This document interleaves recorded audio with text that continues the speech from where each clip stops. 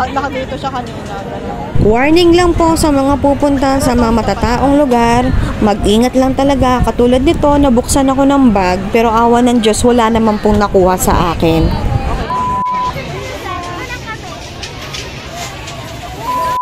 Finally, after 3 years of waiting, magbukas na din ang Inares Compound Tiange na matatagpuan sa Antipolo City. Hindi mo na kailangan pumunta sa ibang lugar kung taga Rizal ka. Dito lang, meron na. Yun nga lang, sobrang dami ng tao, guys. Yun lang talaga yung warning ko sa inyo. Dahil sa sobrang dami ng tao, mag-ingat lang talaga kung may kasama kayong mga bata. Kasi posibleng mawala or madukot. At the same time, katulad ko, nabuksan ako ng bag. Awa ng Diyos, wala naman pong nakuha sa akin. Sino mag-aakala, ilang araw pa lang itong nakabukas, ay napakadami ng tao talaga. Siksikan, pila sa palaruan, pila sa rides, pila sa kainan. So ito, ipapasyal ko kayo sa mga nakuha kong clips habang nandito ako sa Inares Tiange. Enjoy watching!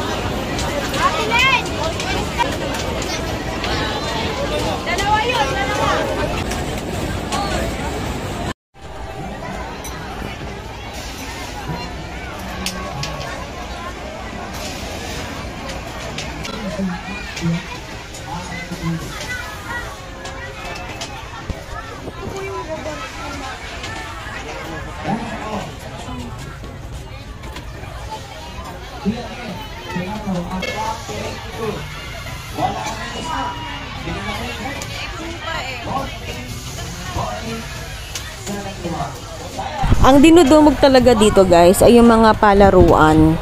So, kahit saan ka magpunta dyan, kahit doble-doble na yung mga palaro o mga pa-games dyan, ang haba talaga ng pila, dinudumog talaga. Kaya mag-ingat kayong maigi kasi nga, hindi nyo akalain, katabi nyo na pala ang mandurukot.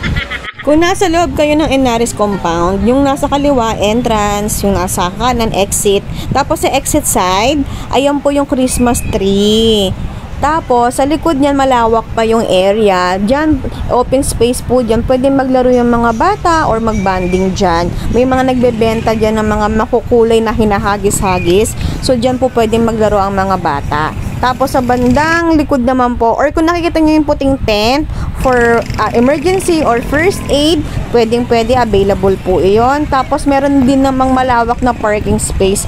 Kaso, first come, first serve. Kasi nga sa dami ng tao, ay nako, siksikan sa parking. Tapos ito naman yung kanilang Tiange, yung mga dry items. Medyo konti pa lang yung mga naka-open dito. Marami pang sarado or hindi pa occupied.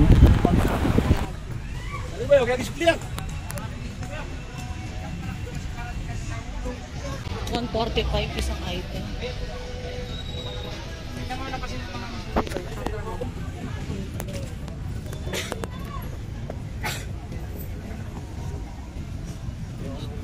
Aray, gulat. Hindi ako makapag-video. At syempre, ang exciting part, ang kainan. Meron din naman palang kainan dito sa bandang dulo naman siya, sa kanan. So, medyo wet floor dito. Hindi ko alam kung bakit wet floor. Kahit naman daw po hindi umuulan, basa dito lagi. So, ingat kayo guys sa paglalakad. Ang unang bubungad sa iyo ay mga puto bongbong. So, ayan, puto bongbong at bibingka. So, may makikita ka diyang mekos-mekos na yan, insan.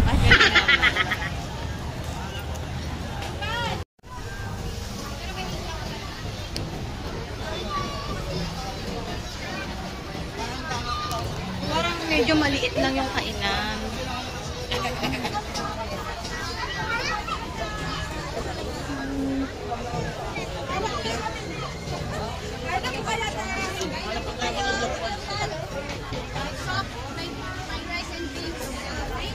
Maya.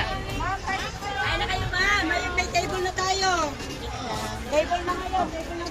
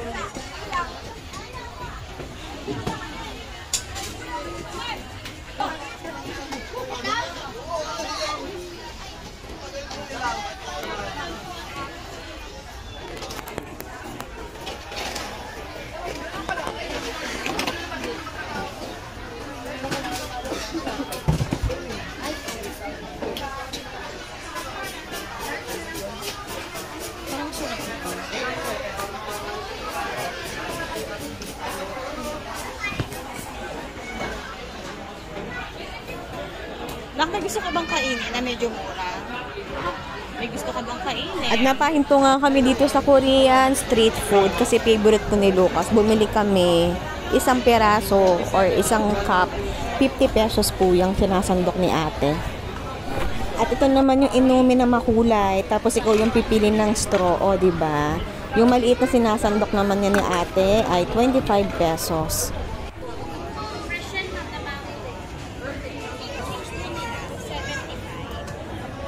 So yun lang naman po guys, ang ibang kaganapan sa Inares Tiange. Thank you for watching. Follow for more. Bye-bye!